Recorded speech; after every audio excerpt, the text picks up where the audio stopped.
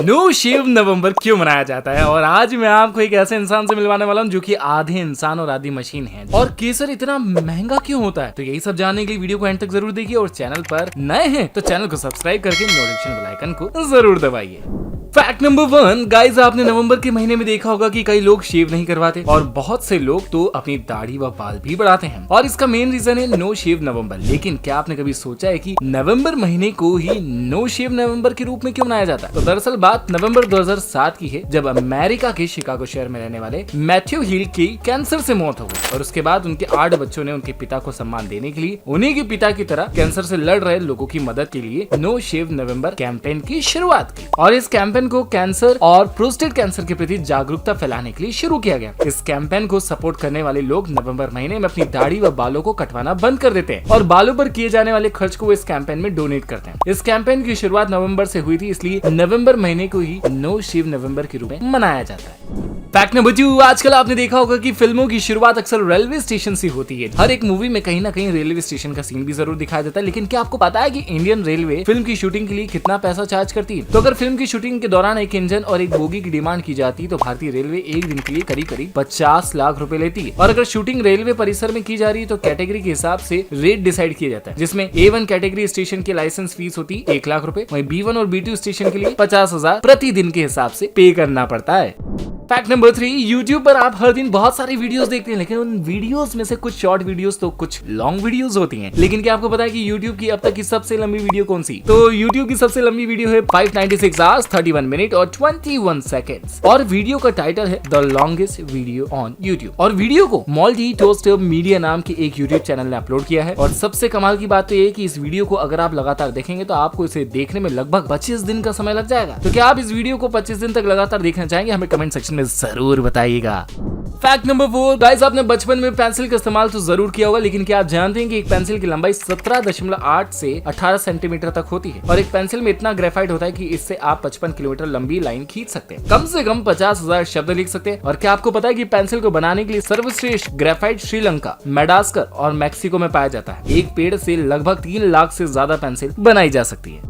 Fact number 5, million नील हार्बिसन से, जो कि दुनिया के सिबॉग हैं, यानी कि आधे इंसान और आधी मशीन। जब इनका जन्म हुआ तो ये कलर ब्लाइंड थे और इसी वजह से इन्हें कोई भी कलर दिखाई नहीं देता था। और नील हार्बिसन ने इस चीज से छुटकारा पाने के लिए उन्होंने एक एडवांस एंटीना को डेवलप करवाया, जिसको डॉक्टर की मदद से अपने ब्रेन में इम्प्लांट करवाया। और इस एंटीना से उनको अलग अलग कलर की फ्रिक्वेंसी अपने दिमाग में सुनाई देती है, और इस वजह से ये हर एक चीज को उसकी फ्रिक्वेंसी की वजह से पहचान लेते हैं। और इतना ही नहीं, रंगों के साउंड से वह पेंटिंग और संगीत को भी बना सकते हैं। फैक्ट नंबर 6 गाइस, आपने ओलंपिक के इन यूनिक मेडल को तो जरूर देखा होगा, लेकिन क्या आप इन मेडल के बारे में एक खास बात जानते हैं? नहीं ना, तो मैं आपको बताता हूँ। IOC यानी कि इंटरनेशनल ओलंपिक कमेटी की गाइडलाइन के अनुसार मेडल की एक तरफ ग्रीक देवता नाइकी की पिक्चर होती है, और साथ ही पनाथिनाइकोस स्टेडियम, जहाँ 1896 में पहली बार ओलंपिक खेलों की शुरुआत हुई थी, वहीं मेडल की एक तरफ गेम्स का ऑफिशियल लोगो और नाम होना होता है। टोक्यो ओलंपिक में दिए जाने वाले मेडल का डायमीटर 85 mm होता है, वहीं मोटाई में ये मेडल 7.7 mm से लेकर 12.1 mm तक हो सकते हैं। इस बार ओलंपिक इतिहास में पहली बार मेडल को बनाने के लिए रिसाइकल्ड मेटल का इस्तेमाल किया गया था, और इन मेटल्स को पुराने मोबाइल फोन से निकाला गया था। मेडल को बनाने के लिए पुराने गैजेट से 32 किलो सोना मिला, 3500 किलो चांदी और 2200 किलो तांबा निकाला गया, जो चमचमाते मेडल के रूप में हमें दिखाई दे रहे हैं।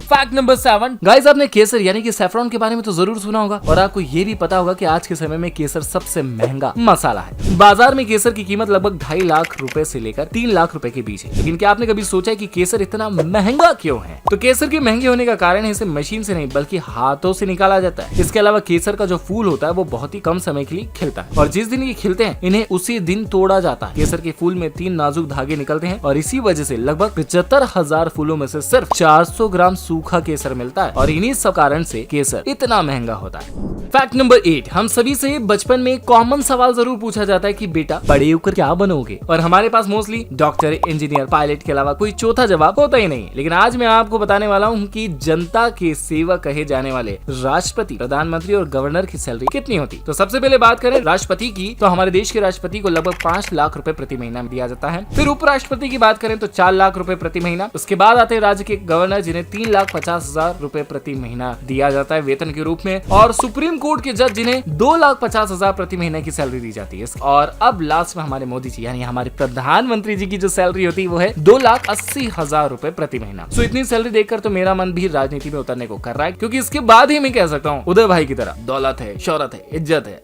भगवान का दिया हुआ सब कुछ है, दौलत है, शौहरत है, इज्जत है।